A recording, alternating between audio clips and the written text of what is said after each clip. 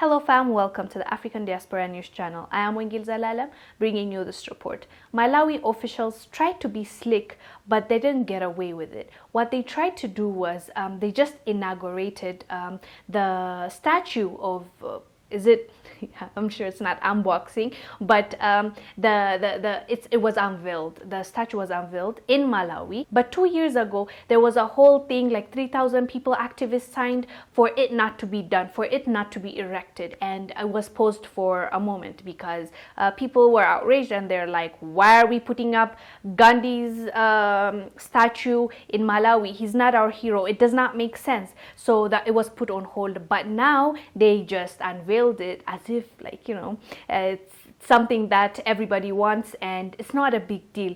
But it obviously the news caught on to it, and now people know and people are outraged because in the first place, the reason why the activists and the young people and that group was saying no to that was because not only Gandhi was not a hero for Africans or for Malawi, he was actually a racist, allegedly. 2 years after activists in Malawi prevented a statue of Mahatma Gandhi from being erected at the heart of the city, a statue of the Indian national icon has been unveiled at the country's capital. The statue was unveiled at the Indian High Commission on Friday, October 2nd, coinciding with the birthday of the Indian independence icon who was assassinated at the age of 78 in 1948. Malawi's foreign minister, who attended the ceremony, said Gandhi's statue will promote the Indian leaders' values.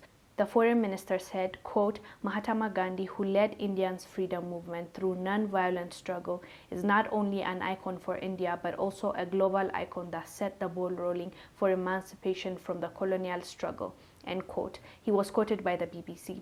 In 2018, when the Indian government, with the approval of the Malawi government, announced that they were going to erect a statue of Gandhi in the city, activists raised issues with it. They argued that the statue does not mean anything to Malawians, as many do not even know who Gandhi is.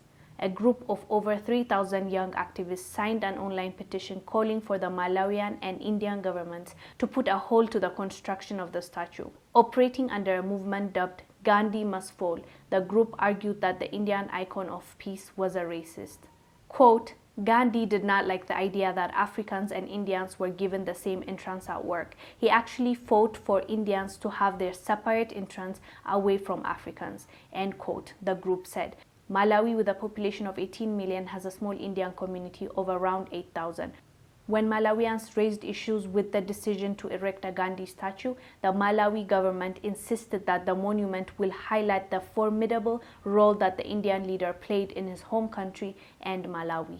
This was not the first time that a proposal to erect a Gandhi statue sparked controversy. In 2015, a Gandhi statue in Johannesburg, Mahatma Gandhi Square in South Africa, was defaced with white paint. And in Ghana, a statue of the independence icon in the University of Ghana was pulled down in 2018, 2 years after protests by a group of academics and supporters who wanted it removed due to the social activist racism toward blacks. He lived in South Africa and he was a lawyer.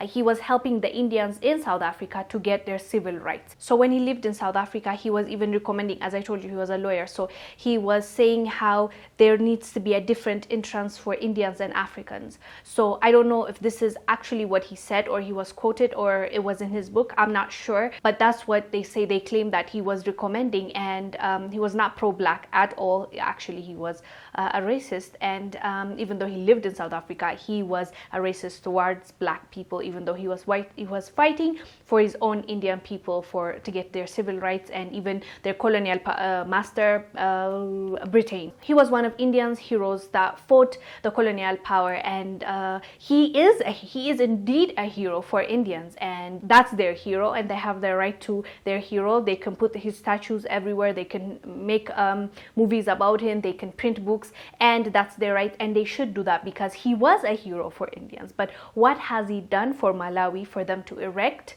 a statue for him, to give respect for what he did? And if in fact he was a racist, it's actually a slap in the face. Why in the world would we want to have his statue in our country? What did he do? Like, when you're having a statue, it's a representation of what you're trying to achieve or what you're respecting or what you're paying homage to, or it's just a sign of respect. And clearly his statue belongs in India. Obviously he was a hero for Indians. But in this case, I get why the activists are frustrated and why the activists were signing petitions for stopping this construction from happening, because they were like, he's a racist, he's not for black people, he didn't do anything for Malawi, so remind us again why we're building a statue for him. So that's why they didn't want his statue there. But the government or the officials thought they were slick. They went ahead and did it, and I don't know what the backlash is going to be, because as I read for you in the article,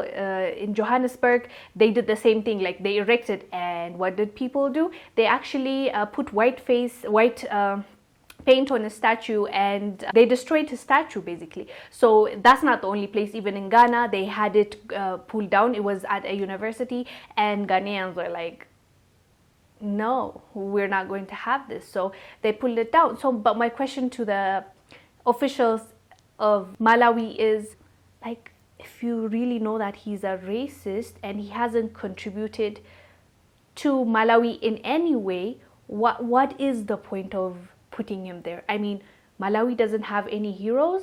Malawi doesn't have people that actually did something for Malawi. Are you telling me there were no capable people of paying homage to or respecting and putting them out there and giving them the recognition that they deserve? So telling me there's nobody. What kind of message are you sending to your people, to your young people, to stand up and say, look at the statue and say, that's what I want to be, that's what I aspire to be, an Indian man that fought for the rights of Indians?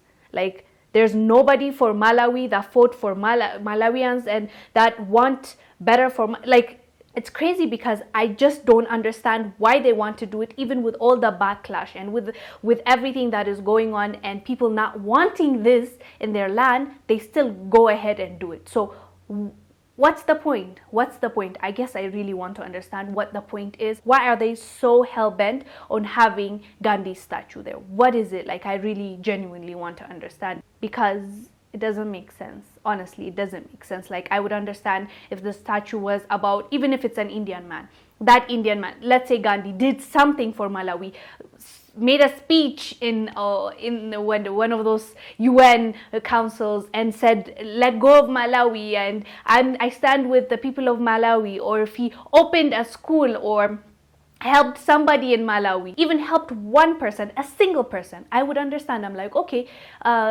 they're appreciating what he has contributed to the country. That's why they have a whole statue of himself there. But from all that I gather, he didn't do anything. And if anything, he was a racist, allegedly. So I don't know what to tell you guys, but do let us know down below what your thoughts are, especially if you're from Malawi. How do you feel about this, and how is the vibe there on the ground? Are people happy, and what are people saying about this? And everybody else, do let us know down below what your thoughts are about having somebody's hero on your ground, and why they really want that. I'm confused. I am Wongel Zelalem. I'll see you on the next one. Bye.